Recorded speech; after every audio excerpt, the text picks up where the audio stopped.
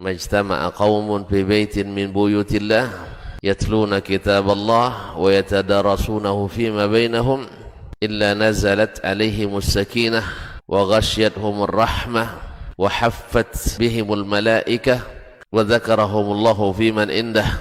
Tidaklah suatu kaum duduk di salah satu rumah Allah membaca ayat-ayat Allah dan sama-sama mempelajarinya kecuali turun kepada mereka as-sakinah, ketentraman dan kenyamanan. Wa ghasyiyatuhumur rahmah, dan mereka diliputi pula oleh rahmat, kasih sayang dari Allah Subhanahu wa taala.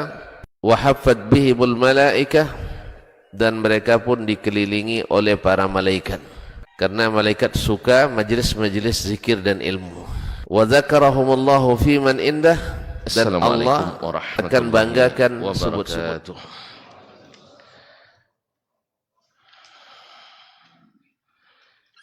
Alhamdulillahi Rabbil Alamin, wal aqibatu lil muttaqin, wala udwana illa ala zalimin. Asyhadu an la ilaha illallah wahdahu la syarika la, waliyus salihin wa khaliqul khalqi ajma'in wa razikuhum wa ma min dabbatin fil ardi illa 'ala Allahi rizquha wa ya'lamu mustaqarraha wa mustawda'aha kullun fi kitabin mubin. Wa asyhadu anna Muhammadan 'abduhu wa rasuluhu as-sadiqul amin sallallahu alaihi wa ala alihi at-tayyibin wa azwajihi at-tahirati ummahatil mu'minin wa ashabihi al-qadatil ghurril mayamin wattabi'ina lahum bi ihsanin ila yaumin yamtazu fihi ashabus shimali an ashabil yamin. Thumma amma ba'd. Fa usi nafsi wa iyyakum ayyuhal muslimun bi taqwallahi azza wa jalla, fa innahu qad fazal muttaqun. Ya ayyuhalladzina amanu taqullaha haqqa tuqatih wa la tamutunna illa wa antum muslimun. Bapak dan ibu-ibu, saudara-saudara dan saudara-saudari, serta adik-adik dan anak-anak yang hadir di subuh ini di Masjid Zaid bin Thabit radhiyallahu anhu Pekanbaru, ataupun yang mendengarkan melalui 91,1 FM, serta yang menyaksikan melalui media live streaming dimanapun berada.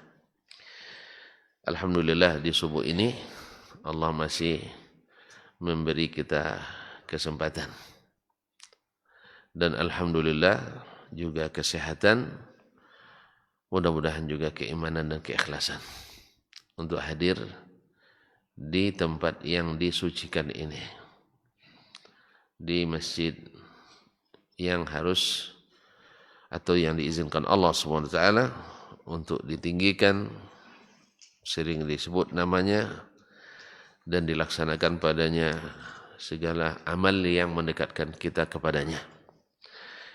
Mudah-mudahan amal kita di subuh ini diterima dan dilipat gandakan pahala, karena kita berada di hari-hari yang disebut dengan hari-hari terbaik. Ma min ayyamin al-amalu salihu fihinna ahabbu ilallah min ashri Dzulhijjah. Tidak ada hari-hari di mana amal saleh lebih dicintai Allah Subhanahu wa taala dari amal yang dilakukan di 10 hari pertama bulan Dzulhijjah. Bahkan mengalahkan jihad fisabilillah di bulan yang lain. Dan insyaallah menuntut ilmu termasuk jihad Pak dia. Menuntut ilmu termasuk jihad insyaallah. Semoga Allah menerima dan diberikan pahala yang berlipat ganda. Taib.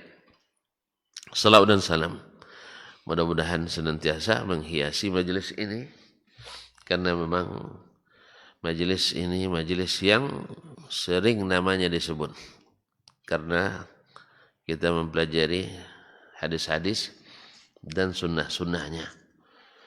Maka belajar Al-Quran dan hadis adalah barakah, mendatangkan banyak pahala.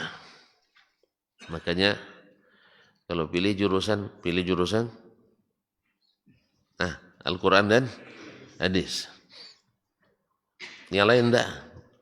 Kalau banyak hadis disebut, ambillah. Kalau jarang menyebut hadis, maka kalau dipilih juga, cari majelis-majelis yang sering menyebut hadis. Ya misalnya, terlanjur terpilih jurusan kan, bahkan dah tamat pula, dah selesai. Dan kita juga butuh, maka harus mencari majelis-majelis yang sering di dalamnya disebut Al-Quran dan hadis. Paham maksudnya kan? Iyalah, awak dah tamat jurusan ekonomi misalnya atau masuk jurusan ekonomi, itu butuh kita. Ya ekonomi apalagi lagu syariat. Ya, tapi kalau ekonomi syariat sering juga sebut hadis juga. Nah, maka majelis yang banyak disebut di dalamnya hadis Nabi, pasti banyak orang berselawat kepada Nabi sallallahu alaihi wasallam. Ma'asyiral kiram. Melanjutkan kaji kita bersama Imam Asy-Syafi'i rahimahullah. Setelah selesai beliau membahas masalah yang kemarin masih bab an-nasikh wal mansukh atau masuk bab ikhtilafu al-hadis. Beliau memasukkannya ke dalam bab an-nasikh wal mansukh. Qala wa li hadza ashbahun bis sunnati minan nasikh wal mansukh. Ya. Contoh-contoh ini banyak terdapat di dalam sunnah Nabi berupa an-nasikh wal mansukh. Artinya hukum terdahulu dinasakh dengan dalil syar'i yang datang kemudian, dan dalilnya ada dalam sunnah Nabi sallallahu alaihi wasallam. Kemudian boleh melanjutkan wa fi hadza dilalatun ala ma kana fi mithli ma'naha insyaallah. Dan pada pembahasan ini, dalam contoh ini terdapat petunjuk petunjuk untuk mengetahui yang semakna dengan itu, yang permasalahannya sama atau mirip dengan masalah ini, yaitu ada hukum terdahulu, lalu datang hukum yang datang kemudian, yang berbeda secara zahir, apakah dia masuk bab nasikh wal mansukh atau masuk bab ikhtilafu al-hadis dan sebagainya. Dan sekali lagi, kemarin Syekh Ahmad Syakir mentarjih dalam masalah apakah makmum yang salat di belakang imam yang duduk, makmum ikut duduk atau berdiri. Dia mentarjih mazhab Imam Ahmad rahimahullah ta'ala, sebab dalam mazhab Imam Ahmad menurut beliau tidak ada hadis yang ditinggalkan, semuanya diamalkan. Sedangkan dalam mazhab Imam Asy-Syafi'i rahimahullah, sebagian diamalkan, sebagian tidak diamalkan. Tapi Imam Syafi'i katakan diamalkan di masanya dan itu benar, dan ini diamalkan pula di masanya dan itu benar. Kan kita pilih kemarin mazhab siapa Pak Adi? Yang kita pilih kemarin mazhab Imam Malik rahimahullah. Siapa yang sakit? Istirahat dulu. Istirahat dulu. Dia untuk baca diri sendiri aja dah payah dia kan, apalagi membaca keras-keras untuk orang lain. Yang kedua, keluar kita dari perselisihan yang tadi. Wallahu ta'ala a'lam. Nah, wa kadzalika lahu asbahun fi kitabillah. Demikian pula terdapat asbah, masalah yang serupa di dalam kitabullah, di dalam Al-Quranul Karim. Qad wasafna ba'daha fi kitabina hadha. Sudah kita sebutkan sebagiannya di dalam kitab kita ini, kitab Ar-Risalah ini. Dulu di pembahasan nasikh wal mansukh. Wa ma baqiya mufarraqun fi ahkamil Qur'ani was sunnah fi mawadhi'ihi. Dan selebihnya disebutkan secara mufarraqun disebutkan dalam di tempat-tempat yang berbeda di dalam pembahasan ahkamul Quran was sunnah, hukum-hukum Al-Quran dan sunnah. Apakah maksud beliau kitab beliau? Karena beliau memiliki kitab namanya Ahkamu Al-Quran. Fi mawadhi'ihi, sesuai dengan di tempatnya masing-masing. Pembahasan masing-masing. Artinya masalah fikih ada di antara masalah itu, misalnya kan kitabul imam atau kitabus shalah. Nah, di dalam kitabus shalah ada di antara masalah yang dibahas masalah imam sakit yang menjadi imam, apakah duduk atau tidak, maka dibahas di tempat itu. Atau misalnya ketika bab masalahnya ziarat al-kubur, misalnya ziarah kubur, lalu ada pembahasan dinasakh atau tidak dinasakh dan sebagainya. Nah, qala, penanya berkata, berkata Imam Syafi'i rahimahullah, faqala, lalu yang bertanya menanyakan, fazkur min al-ahaditsil mukhtalifah allati la dilalata fiha ala nasikhin wala mansukh wal hujjata fi ma zabta ilaihi minha duna ma tarakta. Maka sebutkan pula di antara hadis-hadis yang mukhtalifah, yang secara zahir kontradiktif, artinya berlawanan maknanya secara zahir. La dilalata fiha ala nasikhin wala mansukh. Tidak ada bukti, tidak ada petunjuk yang menunjukkan ini nasikh, ini mansukh. Apa dalilnya kemarin tentang nasikh dan mansukh? Satu, tanggalnya, waktunya diketahui. Waktunya diketahui, mana yang lebih dulu, mana yang datang kemudian. Itu diantara cara untuk mengetahui ada nasikh wal mansukh. Yang kedua, dari Nabi sendiri yang mengatakan ini sudah dinasakh. Contohnya, kuntu nahaitukum an ziyaratil kubur. Dulu saya melarang kalian ziarah kubur. Lalu setelah itu ala fazuruha. Nah, sekarang ingat, silahkan ziarah. Fa innaha tudzakiru al-maut. Karena ziarah itu mengingatkan pada kematian. Jadi kalau seandainya di awal dulu dilarang, kenapa? Karena mereka baru saja meninggalkan masa-masa syirik. Dan di antara penyebab syirik terbesar adalah mengkultuskan orang-orang saleh, yaitu mengkultuskan orang-orang saleh. Dan yang biasa dikultuskan itu orang-orang saleh yang sudah mati. Karena ketika dia masih hidup, kalau benar dia saleh, dia tak akan terima itu. Kalau betul dia orang saleh, dia tidak akan terima dia dikultuskan. Kalau ada orang saleh benar, dia di atas sunnah, lalu ada yang berdoa, ya Allah, dengan kehormatan Ustaz Dasman, terima doa saya. Saya kalau betul saleh, saya di atas sunnah, tak akan saya terima itu. Saya larang, jangan. Siapa saya? Nabi saja tidak boleh dikatakan begitu, apalagi saya. Nah, saya Ustaz kan mustajab doa. Kalau gitu mari saya doakan. Kalau antum tahu doa saya mustajab, saya yang doakan. Jadi kembali lagi ke syariat, bahwa tawassul yang syar'i adalah berdoa atau diminta doakan oleh orang yang dianggap kan dianggap. Hakikat kan Allah yang tahu.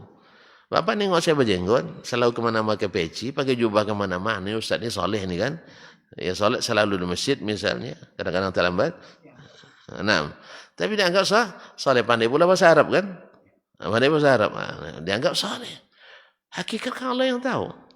Nah, hakikat Allah yang tahu, kecuali orang-orang yang memang direkomendasikan langsung oleh Allah dan Rasulnya Sallallahu Alaihi Wasallam, yang dapat tiket yang dapat predikat radhiyallahu anhum wa radu anhu, itu para sahabat. khulafa ar-rasyidin yang memang Nabi katakan Abu Bakar fil jannah, kemudian Umar fil jannah, Utsman fil jannah, Ali bin Abi Thalib. Kalau kita kan tidak ada yang merekomendasikan, sehingga dianggap orang baik, dianggap orang saleh. Hakikatnya tidak tahu. Tapi walaupun demikian dibolehkan kalau dia masih hidup. Tapi kalau sempat saya masih hidup, Bapak berdoa kepada Allah, ya Allah dengan pangkat Desmond Yahya, saya larang itu Pak. Kalau ada yang tidak melarang berarti dia masalah dengan kesalehannya. Saleh yang tidak saleh. Saleh yang tidak saleh. Karena orang saleh tak pernah membolehkan orang lain mengkultuskan dirinya. Kalau dia membolehkan orang lain mengkultus dirinya, berarti bukan orang saleh. Apa dalilnya? Bapak sembarang nuduh orang tak soleh. Apa dalilnya? Nabi bilang, la tutruni. Jangan kalian melebih-lebihkan saya. Kama atrat Nasara Isa bin Maryam. Seperti orang Nasrani melebih-lebihkan Isa bin Maryam. Kemudian ada orang yang tiap Nabi datang dia berdiri, dia larang lagi. Ya, man ahabba kan itu yatamassal an-nas lahu qiyaman falyatabawwa maq'adahu minan nar. Siapa yang gembira dan senang bila orang setiap dia datang berdiri hormat kepadanya, maka dia menyiapkan tempat duduknya di neraka. Nauzubillah. Ini kalau dia senang. Paham tak? Tapi kalau orang yang senang itu urusan dia tidak berdosa. Paham tak ini? Bapak misalnya sebagai Presiden Republik Indonesia, Bapak tak perintahkan setiap saya datang siap gerak berdiri, tidak. Tapi orang-orang ini itu pula protokolernya, setiap Presiden datang harus berdiri. Saya sebenarnya tidak suka. Bapak tidak berdosa. Bapak tidak berdosa. Untung awak tidak jadi Presiden Pak ya, sehingga awak datang pun tidak peduli orang. Lebih bagus memang. Awak datang tidak pernah dipedulikan orang. Selamat pula dari bab ini. Kan banyak bab yang harus kita selamat. Kalau kita sempat punya jabatan, banyak bab tidak selamatnya. Oleh sebab itu jangan berebut jabatan. Jangan berebut jabatan, banyak tidak selamatnya daripada selamatnya. Udah, kalau gitu jangan ikut berebut kursi di 2000. Jangan berebut, tapi kalau dikasih ambil aja. Jelas? Tapi kalau berebut, apalagi tidak sehat, saling burukkan. Dikasih, jangan tolak. Ada yang mau ngasih? Tidak ada. Tidak ada yang mau ngasih, tidak ada. Nampaknya harus berebut juga ya. Kalau gitu hati-hati. Kalau masih berebut, saya masih belum percaya. Saya terus urusan ini, saya sendiri jangan ikut enggak. Jangan ikut. Orang kalau masih berebut, saya masih kurang yakin. Ya, sekali masih kurang yakin. Tapi Allah yang tahu hati masing-masing. Mungkin ada yang niatnya saya ikut ustaz daripada orang ngambil, lebih baik kita ngambil. Ya enggak? Tahu niatnya gitu. Daripada orang lain yang ngambil apa nih? Jabatan. Ya salah paham pula. Bukan ngambil uang negara, salah itu nanti tuh. Itu nanti setelah jadi. Nah, orang lain kan ngambil buat maksiat. Kalau saya ngambil bikin masjid, misal kan. Misal. Padahal niatnya seperti itu, Allah musta'an. Jadi kaum muslimin dan muslimat, balik ke kaji kita, itu kaji orang. La haula wala quwwata illa billah. Kenapa sampai di situ tadi, Bang? Lupa, Bang ya. Masalah nasyil mansuh tadi. Ziarah kubur kenapa dilarang di awal Islam? Tuan-tuan lupa simpang. Itu masalahnya, maka ada banyak tersesatnya.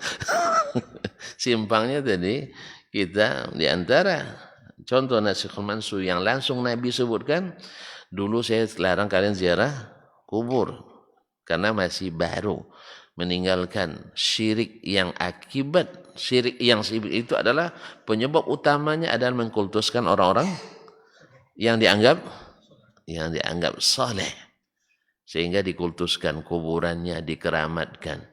Sekarang ada enggak seperti itu? Itu yang masalah lagi.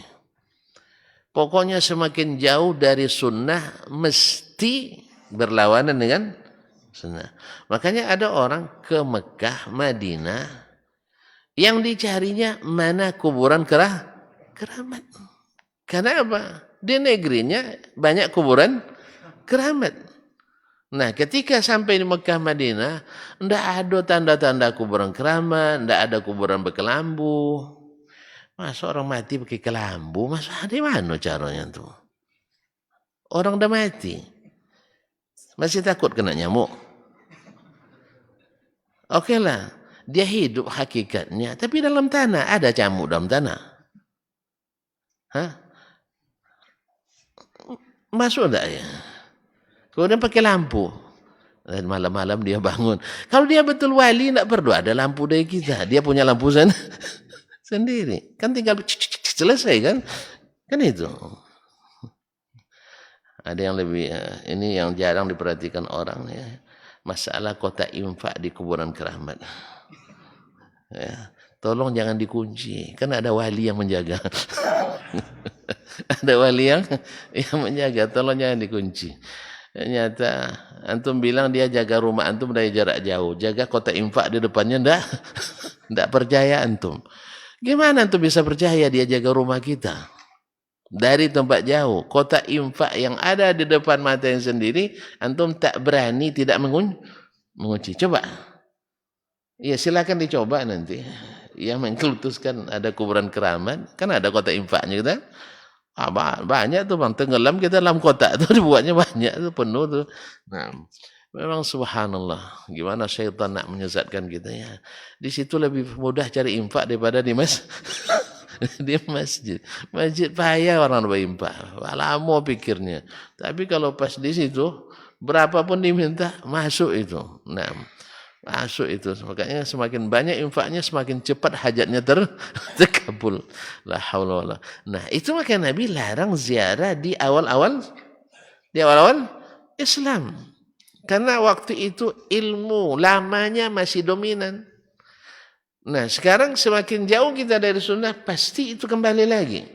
Apalagi banyak pula penjajahnya. Ada yang sampai mencak-mencak. Orang Wahabi menghilangkan situs-situs kuburan keramat. Kalau nak cari kuburan Khadijah, tidak ketemu. Cari kuburan Utsman bin Affan, tidak nampak. Cari kuburan Nabi pun tak boleh masuk ke dalam. Kalau sempat masuk orang ke kuburan Nabi, habis tanah kuburan itu dibawa. Ya, habis tanah kuburan itu dibawa orang. Makanya betul lah kalau fatwa ulama kita, tanah yang ada di tanah haram jangan coba-coba dibawa keluar. Siapa yang bawa keluar wajib kembalikan lagi. Jadi kalau ada jemaah haji nanti tolong ingatkan, jangan coba-coba bawa batu, bawa kerikil, bawa apa dari tanah suci. Hukumnya kata Imam Syafi'i wajib balik lagi mengembalikan. Kalau tidak dikirim kembali, tapi ongkirnya mahal. Saya siap mengembalikan, bayar ongkos saya. Ya, ada yang terbawa? Mana tahu ada yang terbawa kan? Nah, saya siap mengembalikan. Ongkosnya hanya 31 juta. Kaum muslimin dan muslimat dirahmati Allah SWT. Nah, faqultu lahu, apa katanya? La ilaha illallah. Fazkur min al-ahaditsil mukhtalifa allati la dilalata fi ala nasikh mansukh. Tadi tidak ada petunjuk nasikh mansukh, yaitu masa mana lebih dulu, mana yang datang kemudian. Kemudian tidak ada dari Nabi SAW bahwa ini dinasakh. Yang ketiga, cara mengerti nasakh adalah sahabat yang mengatakan hukum ini sudah dinasakh di zaman Nabi SAW. Yang keempat ada ijma'nya ulama seluruh umat Islam bahwa itu sudah dinasakh. Nah, ini yang ditanyakan, tidak ada petunjuk tentang nasakh di dalamnya. Wal hujjata fi ma dzhabta ilaihi minha duna ma tarakta. Dan hujjah yang menjadi mazhab yang engkau anut, dia duna ma tarakta, selain daripada apa yang kau tinggalkan. Faqultu lahu, lalu saya jawab, qad zakartu qabla hadza. Saya sudah sebutkan sebelum ini. Yaitu hadis Salim bin Khawwad. Naam, amman sallama Rasulullah SAW sampai akhir hadis. Naam. Anna Rasulullah sallallahu alaihi wasallam shalla salatal khawfi yauma dzatir riqah. Bahwa ini sudah disebutkan oleh Imam Syafi'i di alinea 509 sampai 510. sudah disebutkan olehnya, yaitu qala akhbarana Malik an Yazid ibn Ruman an Salih ibn Khawwat amman shalla ma'a Rasulillah sallallahu alaihi wasallam salat al-khawf yaum dzati riqah, bahwa Rasulullah SAW, bahwa ada orang yang salat bersama Rasulullah SAW salatul khawf, salat dalam keadaan takut pada perang yaumi dzati riqah, zati ar-riqah. Lalu disebutkan hadisnya. Fasaffa bi ta'ifatin, lalu Nabi salat bi ta'ifah, satu saf dengan satu golongan. Nah, dengan satu kelompok maksudnya. Anna ta'ifatan saffat ma'ahu, bahwa satu kelompok dari pasukan berbaris bersamanya. Wa ta'ifatun wijahal adu. Nah, kemudian satu kelompok lagi fi ghairi salatin, belum salat, bi iza'il adu, berada di depan musuh. Fa shalla bil ladzina ma'ahu raka'ah, lalu beliau salat bersama kelompok yang pertama satu rakaat. Selesai satu rakaat. Gimana selesai satu rakaat? Takbiratul ihram, iftitah, Fatihah, surat, ruku', habis itu i'tidal, sujud, duduk antara sujud, sujud lagi, selesai satu, dan berdiri. Nah, dan berdiri. Wa atammu li anfusihim, Nabi menunggu, tetapi mereka menyelesaikan masing-masing salatnya. Jadi satu rakaat bersama Nabi, satu rakaat lagi mereka selesaikan masing-masing. Ini kan dalam kondisi normal boleh nggak kayak gitu? Nggak bisa. Normal nanti imam berdiri, kita salat sendiri. Selesai, imam belum selesai. Enggak, dalam normal nggak bisa. Nah. Taib, fasalla bil ladzina ma'araka fa'atamu li'afu thumma sarafu. Kemudian setelah mereka selesai, mereka pergi meninggalkan posisi. Fa waqafu bi zail adu. Sekarang mereka ganti posisi dengan yang tadi di hadapan musuh. Waja'atit ta'ifatul ukhra, lalu datang rombongan yang kedua, fa shalla bihim ar-rak'at allati baqiyat alai. Lalu Nabi salat bagi Nabi rakaat yang kedua, dan bagi mereka adalah rakaat yang pertama. Thumma thabata jalisan. Selesai satu rakaat yang kedua, Nabi menunggu sambil duduk. Kalau tadi menunggu sambil berdiri. Wa atammu li anfusihim. Kemudian mereka menyempurnakan pula masing-masing. Sambil menunggu sambil duduk. Kemudian mereka naik rakaat yang kedua. Thumma sallama bihim. Setelah sama-sama duduk semuanya, lalu mereka salam bersama Nabi sallallahu alaihi wasallam. Yang tadi dapat fadilat memulai, yang ini dapat fadilat mengakhiri. Mana yang baik? Ini sama lah Pak ya. Masya Allah, sama-sama biasa salat bersama Nabi sallallahu alaihi wasallam.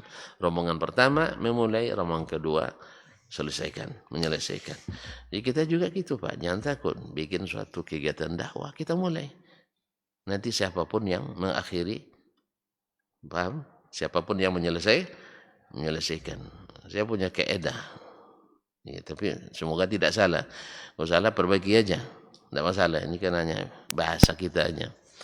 Suatu pekerjaan besar itu biasanya direncanakan orang-orang hebat, saya bilang. Kemudian dikerjakan oleh orang-orang yang ikhlas. Dikerjakan oleh orang-orang yang ikhlas. Dan biasanya diselesaikan oleh orang-orang yang sabar. Jelas? Memang sabarlah. Jadi ikhlas dan sabar harus berkawan. Siapa yang punya keduanya, dia sampai selesai. Tapi ada yang tidak selesai, dia ikhlas, tapi tidak sabar. Ada. Buat program bersama, bagus. Habis itu dikerjakan, alhamdulillah, ikhlas. Di tengah perjalanan, wallah ambil no jalan namanya. Lambat suami jalannya kamu. Saya ingin segera selesai. Kalau gitu kita Pisah? Yang pisah ranjang, bukan. Pisah apa? Pisah program. Akhirnya terserah, saya yang keluar atau kamu yang keluar. Saya inginnya 2 tahun selesai. Saya bilang, saya tak ingin 2 tahun. 20 abad pun saya tidak masalah. Kerja saya memang seperti ini. Akhirnya tidak sabar, akhirnya pisah. Nah, jangan salah lagi, pisah. Pisah program. Itu biasa. Nah, siapa yang menyelesaikan? Orang-orang yang sabar. Jelas? Kalau tidak sabar, tidak selesai itu. Kalau semuanya tidak sabar, insya Allah tidak selesai. Itu bahasa saya. Mungkin salah, diperbaiki aja. Karena ini bukan sunnah Nabi. bukan sabda Rasulullah Sallallahu Alaihi Wasallam. Saya ulang kembali, sebuah pekerjaan besar biasanya direncanakan oleh orang-orang hebat. Perencana, kita sudah dapat keistimewaan merencanakan, itu sudah luar biasa. Karena sudah menunjukkan jalan sudah membuka peluang untuk buat kebaikan. Habis itu akan dilaksanakan oleh orang-orang yang ikhlas. Untung-untung kalau kita juga termasuk yang ikut melaksanakannya. Dan apalagi kalau sampai selesai kita masih tetap bersama. Wabillahi taufiq wal hidayah. Belum selesai, Pak? Iya, itu selesai program tadi, bukan selesai ngaji. Dan nengok-nengok jam Bapak. Taib. Kaum muslimin dan muslimat dirahmati Allah. Nah, jadi yang pertama, kelompok pertama mulai bersama Nabi. Kelompok kedua selesai bersama Nabi sallallahu alaihi wasallam. Dan demikian subhanallah. Ini juga pelajaran berharga bagi kita. Walaupun dalam suasana perang, salat berjamaah tetap tidak ditinggalkan. Kalau tidak bisa sempurna semuanya, maka berbagi pun tidak masalah. Yang penting tetap berjamaah. Nah, makanya tidak ada uzur bagi kita dengan alasan saya ngajar. Masa ngajar tidak bisa ditinggal. Nanti selama antum tetap ngajar tidak pernah sholat berjamaah. Kamu sholat jamaahnya maghrib aja udah cukup losan. Kan sudah 27 itu. Andainya dapat 27 sempurna, oke. Tapi kalau dapat 1/27 cuma dapat. Ya, 1/27 kadang tidak sampai 1/27-nya. Nasallallahu alaihi wasallam. Baik. Qala, berkata Imam Asy-Syafi'i. Wa rawa Ibnu Umar an Nabi sallallahu alaihi wasallam. Riwayat Salih ibn Khawwat an Abi. Khawwat itu Al-Ansari, adalah sahabat Nabi alaihi salatu wassalam. Baik, nah sekarang riwayat Ibnu Umar radhiyallahu taala anhuma, dia meriwayatkan dari Nabi sallallahu alaihi wasallam. Naam. Bahwasanya dia meriwayatkan dari Nabi, warawa Ibnu Umar radhiyallahu taala anhu an Nabi sallallahu alaihi wasallam, dari Nabi sallallahu alaihi wasallam, annahu shalla salatal khaufi, bahwa Nabi sallallahu alaihi wasallam salat khauf. Khilafa hadhihi salati fi ba'd amriha. Berbeda dengan salat khauf seperti ini di sebagian perintahnya. Faqala shalla rak'atan bi ta'ifah. Ibnu Umar menceritakan Nabi salat 1 rakaat bersama satu golongan, satu kelompok. Wa ta'ifatun bainahu wa bainal adu, dan kelompok yang lain antara dia dengan musuh. Thumma sarafatit ta'ifatu allati wara'ahu.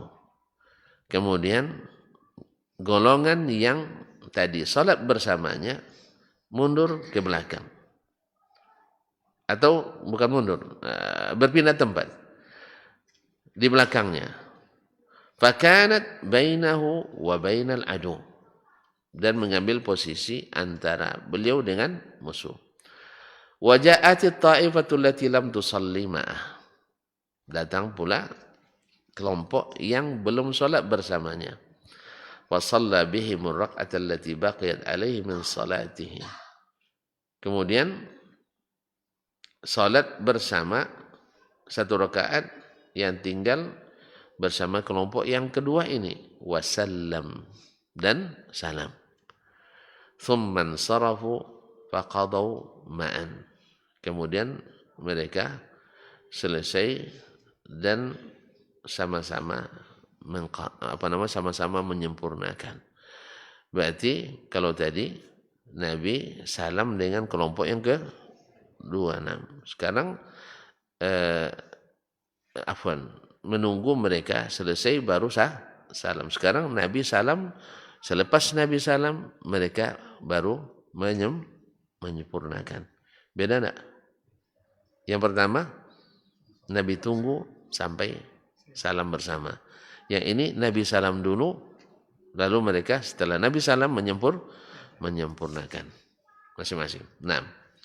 Qala, berkata Imam Syafi'i rahimahullah, wa rawa Abu Ayyash Az-Zuraqi.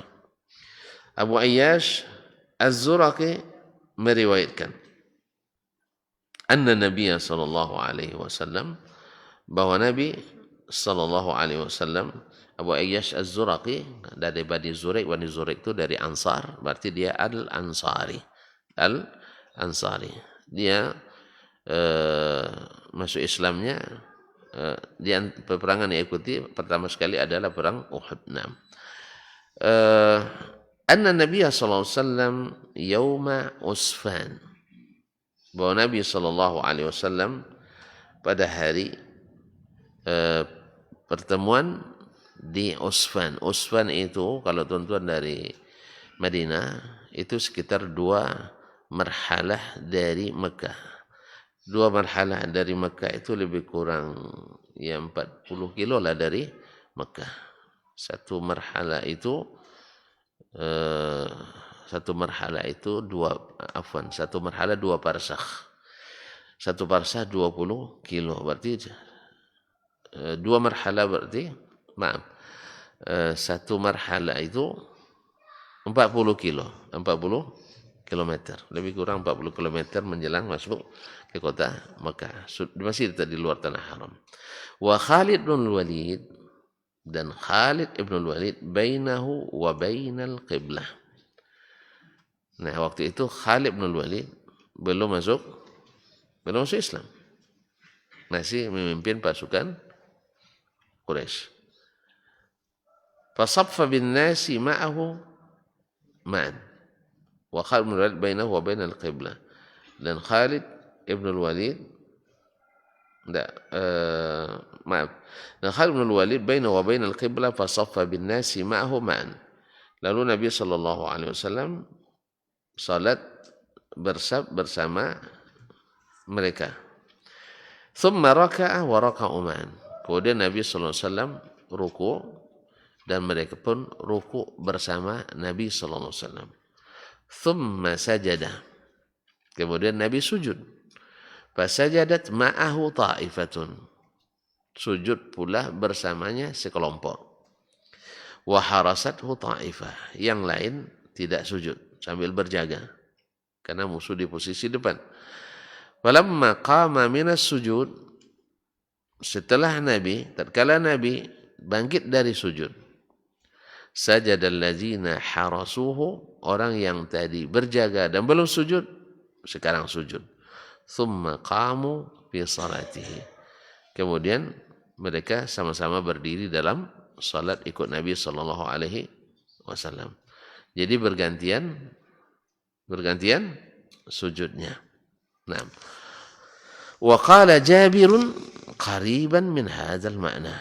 Kemudian Jabir bin Abdullah juga meriwayatkan hampir sama dengan riwayat Abu Ayyash Az-Zuraqi ini. Taib. Jadi pada waktu itu mereka salatnya satu sujud, yang satu berjaga. Yang satu lagi sujud, yang lain berjaga. Berdiri sama. Jadi berbeda lagi dengan yang tadi. Kalau tadi satu rombongan salat 1 rakaat bersama Nabi, kemudian selesai yang rombongan pertama, Nabi berdiri menunggu rombongan kedua. Yang rombongan pertama ini menyelesaikan siri dan salam. Lalu datang rombongan kedua, salat bersama Nabi, rakaat terakhir bagi Nabi, rakaat pertama bagi mereka. Nabi nunggu sambil duduk. Setelah mereka duduk semuanya, lalu Nabi salam bersama mereka. Cara yang kedua, dari Abdullah bin Umar, Nabi SAW salat bersama mereka, kemudian salam terlebih dahulu, kemudian mereka masing-masing menyempurnakan rakaat yang tertinggal. Nah sekarang ini lain lagi, mereka sama-sama takbiratul ihram, ketika ruku sama, ketika sujud bergantian. Nah, wa qala wa qad ruwiya ma la yathbutu mithlu bi khilafiha kulliha. Diriwayatkan pula dalam hadis-hadis yang berbeda caranya dengan apa yang disebutkan dalam 3 hadis ini, tetapi tidak sabit di riwayatnya, seperti kata Imam Asy-Syafi'i rahimahullah ta'ala. Faqala li qa'ilun wa kaifa sirta ila al-akhdhi bi salati an-nabi yawma dzati riqa duna ghairiha. Lalu ada yang bertanya kepadaku, kenapa engkau memilih cara salat khauf, yaitu salat Nabi pada yaumi dzati riqa, yaitu riwayat yang pertama. Siapa tadi? Khawwat ibn Jubair. Khawwat Jubair al-Ansari. Salih bin Khawwat ibn Jubair dari bapaknya. Berarti dari bapaknya adalah Khawwat ibn Jubair. Yauma dzatir riqa duna ghairiha. Kenapa engkau memilih yang itu bukan yang lain? Faqultu saya katakan amma haditsu Abi Ayyash wa Jabirin fi salatil khauf fakadzalika aqul. Adapun hadis riwayat Abi Ayyash dan juga riwayat Jabir yang mana tadi mereka salat bersama Nabi bergantian sujudnya.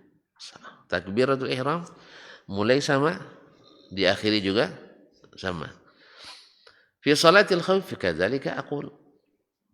Demikian pula saya menerimanya sama dengan menerima hadis yang pertama, yaitu Khawwat ibn Jubair al-Ansari. Idza kana mithlu as-sabab alladhi shalla lahu tilka as-salah. Apabila sebab khaufnya sama dengan yang terjadi di zaman Nabi sallallahu alaihi wasallam. Qala wa ma huwa? Apa sebabnya? Qultu kana Rasulullah sallallahu alaihi wasallam fi 1400. Salat ada apa riwayat Abi Ayyash tadi. Rasulullah sallallahu alaihi wasallam jumlahnya adalah 1.400 orang. Ramai itu sedikit. Ramai. Wa kana Khalid bin Walid fi 200. Khalid bin Walid pada waktu itu memimpin pasukan hanya 200 orang. Oleh sebab itu maka Nabi sholatnya bareng, sama-sama. Jelas?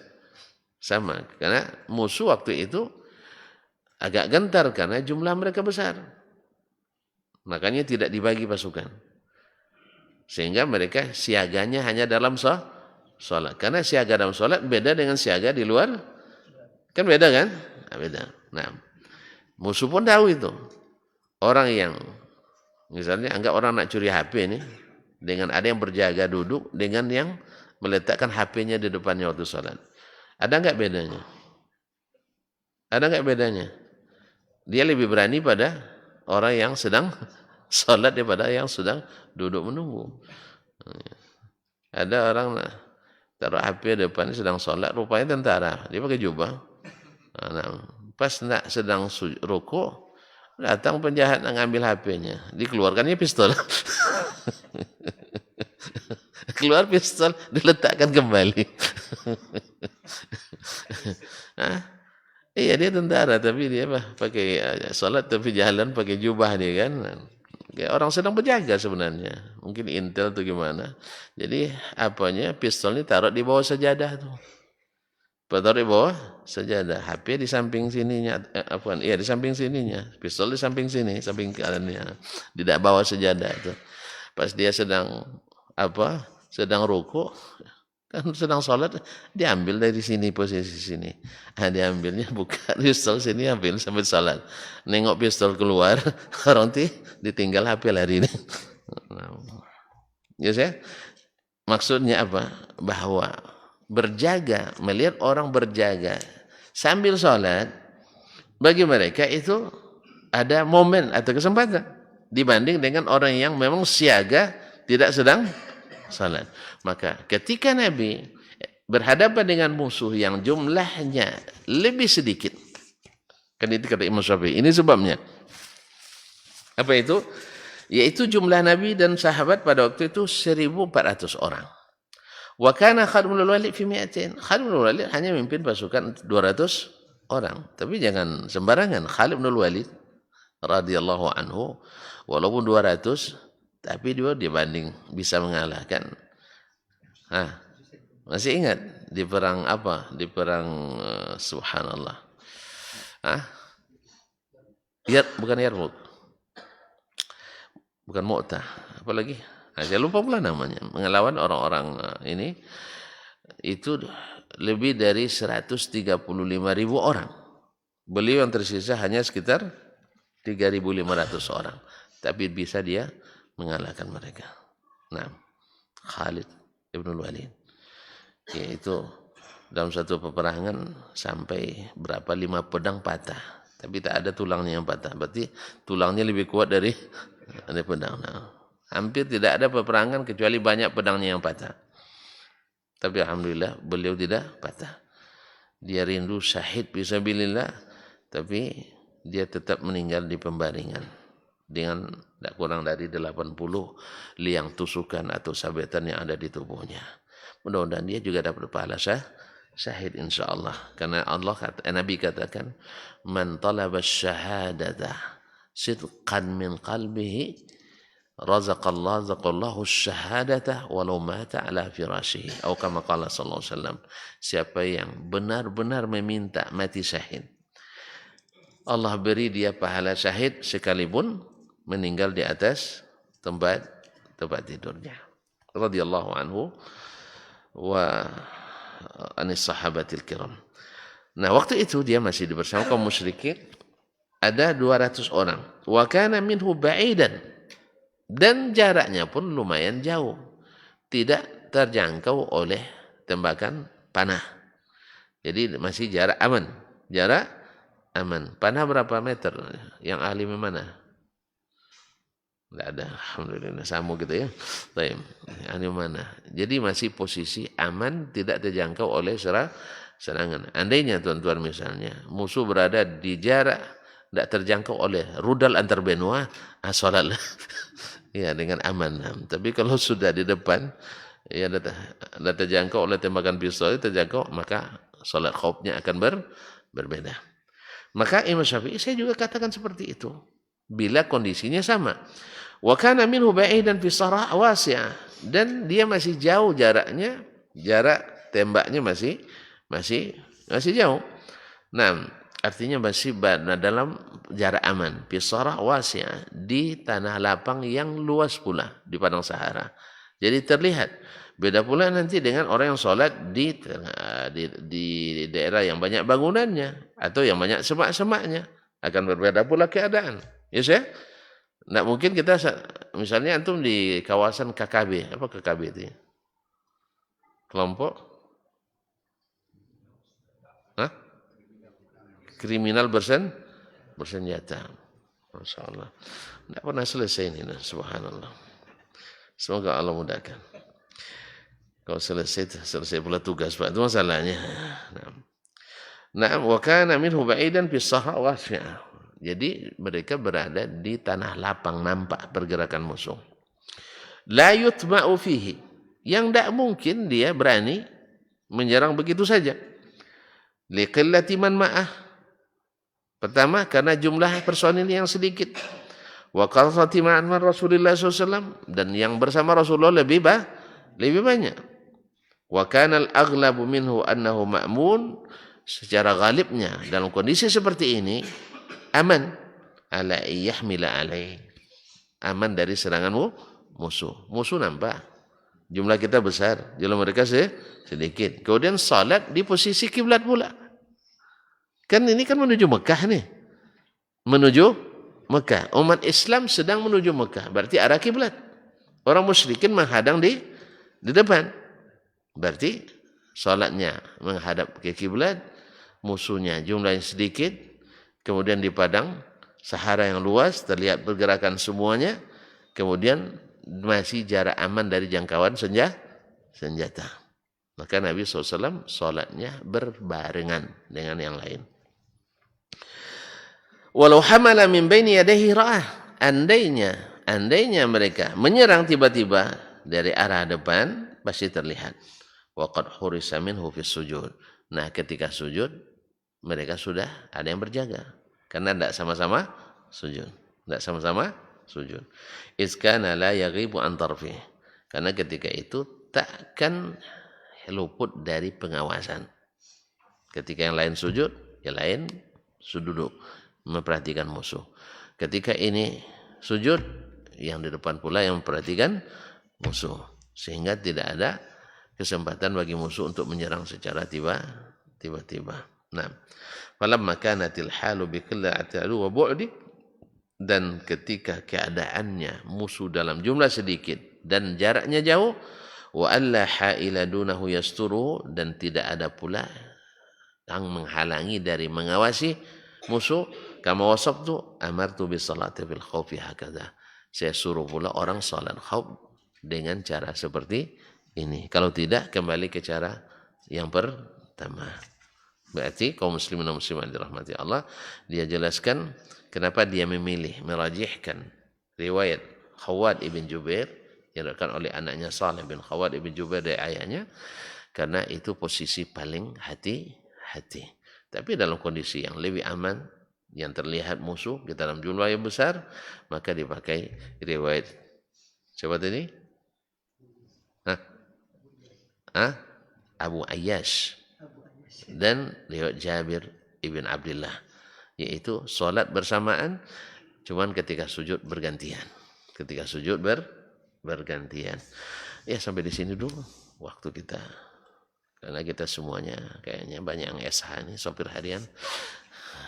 Nah, atau tidak rela nampaknya selesai. Insya Allah kita sambung pekan depan masih raya, Pak. Nah, gimana? Kita tunggu saja konfirmasi dari panitia. Nah, soalnya sepertinya masih hari raya. Hari raya hari apa?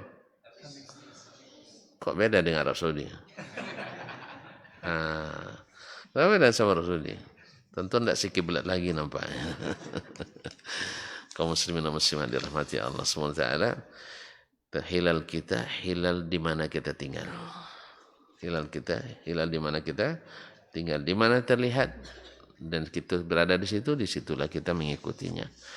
Inilah pendapat yang terpilih di antara pendapat para ulama. Yang kedua, mesti mengikut yang keputusannya menyatukan seluruh umat Islam di tempat itu, dan tidak mengikut keputusannya yang hanya menyatukan sekelompok atau beberapa orang.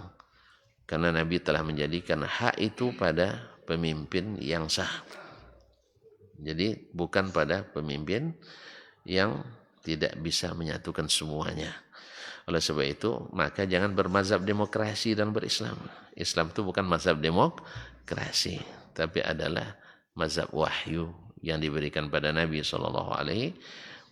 Doakanlah mudah-mudahan saudara-saudara kita yang masih lebih percaya pada hitung-hitungannya daripada mengikuti sunnah Nabi SAW. Karena memang hawa itu kaum muslimin. Hawa itu dari pikiran dan perasaan. Kita memikirkan kita lebih hebat. Kita merasakan kita lebih hebat. Sampai ada kawan-kawan bertanya, oh beda Ustaz. Zaman Nabi itu ahli hisabnya sedikit. Zaman kita ramai. Lalu saya tanya di majelis itu ramai juga Ustaz. Antum pandai hisab? Enggak. Ustaz ini? Enggak. Ustaz ini? Semua enggak ada yang pandai hisab. Mungkin di antara enggak pandai saya yang paling pandai. Karena saya sudah pernah belajar. Ternyata zaman Nabi zaman kita sama juga. Bahwa yang ahli hisab itu sedikit. Sah? Karena sedikit maka kembali lagi zaman Nabi. Nabi tidak menjadikan hisab sebagai patokan, tetap ru'yatul hilal. Oh enggak Ustaz, mereka itu melihat tapi menyembunyikan. Antum hati-hati menuduh. Ini menuduh negara ini. Kalau sudah menuduh negara, lembaga yang terhormat, antum ini masalah dengan keimanannya nih, masalah dengan keamanan dan kesetiaannya. Masa menuduh, apalagi disiarkan secara live, live streaming. Nah, kalau memang antum punya bukti, benar-benar melihat, tapi tidak diterima, antum juga tidak punya hak untuk mengumumkan. Karena apa? Karena Nabi menjadikan hak itu adalah hak pemerintah yang sah. Oleh sebab itu, maka sama-sama mengerti aja lah ya. Karena kita demokrasi agamanya. Tapi kalau saya tidak agama demokrasi, agama saya agama Nabi Shallallahu Alaihi Wasallam. Tapi kalau ada juga yang memilih untuk berbeda, kita sama-sama doakan. Kalau benar, semoga Allah terima. Kalau salah, semoga Allah kembalikan pada yang benar. Tapi yang menjadi patokan kebenaran itu bukan menurut saya, bukan menurut perasaan dan pikiran, tetapi menurut apa yang diajarkan dan sudah ijma' ulama di zaman as-salaf bahwa hisab tidak dianggap. Nah, melanggar ijma' itu adalah dosa besar dan akibatnya luar biasa. Satu, menimbulkan fitnah. Dua, diancam azab di neraka. Ustaz sembarang aja masuk orang ke neraka. Nah, itu yang masalahnya kadang kita baperan juga. Masuk neraka orang dibuatnya semua katanya. Bukan. Nabi Allah yang katakan. Falyahdharil ladzina yukhalifuna an amrihi an tusibahum fitnatun aw yusibuhum azabun alim. Hendaklah hati-hati orang yang menyalahi Rasul. Nah, bahwa mereka ditimpa fitnah. Apa fitnah? Masa hari raya aja tidak sama. Ditertawakan orang kita. Orang lain yang tak ikut yang benar agamanya, rayanya tetap sama. Awak yang mengaku agama paling benar, rayanya berbeda. Akan masalah. Satu, pakai metodologi lagi. Guru kami langsung ke rumah bulan. Sehingga lebih duluan nampak anak bulan. Nah, kan agak lagi. Ini ada detektornya apa ya ukurannya ini? Ya, guru kami sudah sampai pada makam. Nah, kan itu lagi. Sampai Nabi sendiri tidak sampai ke makam itu. Sampai ke rumah bulan, itu cepat dia nampak anak bulan tuh. Awak tunggu dulu bulan menengokkan anaknya ke kita. Yang satu lagi, hitung-hitung kira-kira kapan datangnya anak bulan. Dia hitung, dia sudah pandai menangis umur sekian. Sudah pandai menengokkan diri umur sekian. Dihitung-hitung pula umurnya. Jelas? Akhirnya berbeda hitungan yang sini, berbeda hitungan dengan yang sana. Ahli hisab sedunia tidak sepakat tentang mana yang dijadikan patokan. Ya, Menteri Agama Asia Tenggara misalnya menetapkan sekian derajat. Ormas ini menetapkan sekian derajat. Ini menetapkan sekian derajat. Orang Arab sekian derajat. Mereka sendiri tidak sama. Gimana kita nak menyatukan umat dengan yang ahlinya sendiri tidak sependapat. Jelas? Oleh sebab itu, maka kalau nak menyatukan umat, kembalilah kepada yang dulu telah berhasil menyatukan umat, yaitu Sayyiduna wa Habibuna Muhammad sallallahu alaihi wasallam. Maka jadikanlah patokan melihat, bukan menghitung, bukan merasa. Oleh sebab itu, semoga Allah ampuni siapapun kita yang berdosa dan dikembalikannya ke jalan yang hak dan dijauhkan dari ego, segala ego akademisi, ego pemikiran, ego aliran, ego organisasi dan sebagainya. Mungkin orang akan marah mendengarkan ini, tapi marahlah, insya Allah kita nanti berdamai kembali. Ya, marahlah karena memang kadang-kadang yang namanya orang sakit kadang diobati marah dia. Ya, abang ini sakit nampaknya, jangan macam-macam Ustaz. Saya lebih tegap dari Ustaz ini. Karena kan upanya periksa memang dia yang sakit. Sah? Antum kira mungkin karena badan saya berat ini banyak penyakit dalamnya. Ini yang atletis ini ada sakitnya. Itu disuruh sama-sama nikah. Nah, baru tahu mana yang mana yang sehat, mana yang sakit. Jelas ya? Badan atletis. Ya, tapi suruh nikah. Enggak nampak bahwa dia itu seorang lelaki gitu. Nah, itu masalahnya. Jadi bukan pada nampaknya, tapi pada kenyataannya. Makanya dia diagnosa mana yang benar, mana yang salah, pakai alat ukur Al-Quran dan Sunnah dan ijma'nya para sahabat. Maka sudah ijma', dinukil ijma' oleh banyak ulama bahwa hisab tidak dianggap. Di antara Imam Al-Baji, Ibnu Abdul Bar, Ibnu Hajar, Ibnu Taimiyah, kemudian Al-Jassas dan lain-lain sudah menukil ijma' bahwa hisab dalam menentukan awal ibadah, awal bulan dalam Islam tidak dijadikan ukuran. Nah, siapa yang menyalahinya segera kembali kepada kebenaran. Karena menyalahi ijma' itu jelas-jelas kesalahan besar dalam Islam menurut para ahli usul fikih dan ulama fikih kita. Mudah-mudahan Allah SWT melembutkan hati kita supaya umat ini jangan bermasalah lagi. Ini kemarin banyak lagi pertanyaan nanti. Hari raya beda Ustaz. Lalu korban gimana? Gini korban. Akhirnya banyak pula yang narik korbannya. Akhirnya terpaksa dibuat korban hari. Untung ada solusinya di sini. Kalau sempat tidak ada solusinya, ini payah. Ini banyak yang kecewa nanti. Itulah gara-gara ngaji di Zaid bin Sabit itu katanya. Itu gara-gara salah pula Zaid bin Sabit. Padahal Zaid bin Sabit tidak pernah ke situ. Ya, cuma gara-gara kajian. Apa sebab? Ketika ngaji di situ, korbannya tarik kembali katanya. Ditarik kembali. Iya, anak sendiri yang bikin masalah. Kenapa? Kenapa bikin masalah? Oh, kan Arab Saudi sudah. Padahal kita lebih dulu. Tidak mesti yang dulu terbit lebih dulu terlihat daripada yang kan masalahnya terlihat. Kalau terlihat oke. Tapi kalau tidak terlihat jangan dihitung. Karena menghitung itu sudah ijma' ulama menurut ijma' yang sahih bahwa tidak dianggap. Jadi kalau istilahnya dulu banyak, saya akan banyak ahli hisab, saya tanya. Di antara yang hadir, yang pandai hisab tunjuk tangan. Tidak ada satu pun. Bukan hanya di sini, di mana-mana. Ahli hisab sedikit ya. Sedikit. Sama dengan zaman Nabi SAW. Ya ahli hisab sedikit. Makanya Allah inginkan kita kemudahan. Allah inginkan kita tetap dalam persatuan. Salah tetapi ikut sunnah tidak berdosa. Tapi kalau benar tapi menyalahi sunnah mungkin berdosa. Nah, pilih berdosa atau tidak berdosa, Pak? Saya ulang kembali. Salah karena mengikuti sunnah. Andainya benar raya itu Rabu. Tapi karena kita ikut sunnah, karena sunnah mengatakan lihat hilal dan ikut pemerintah, salah ternyata hilal sudah ada kita tidak melihat. Atau misalnya ikut pemerintah, ternyata pemerintah tidak jujur, kita tidak berdosa. Karena itu yang diperintahkan. Jelas? Andainya tidak jujur. Saya tidak katakan tidak jujur. Tuan-tuan yang suka menuduh-nuduh tidak jujur kan tuan-tuan. Saya tidak.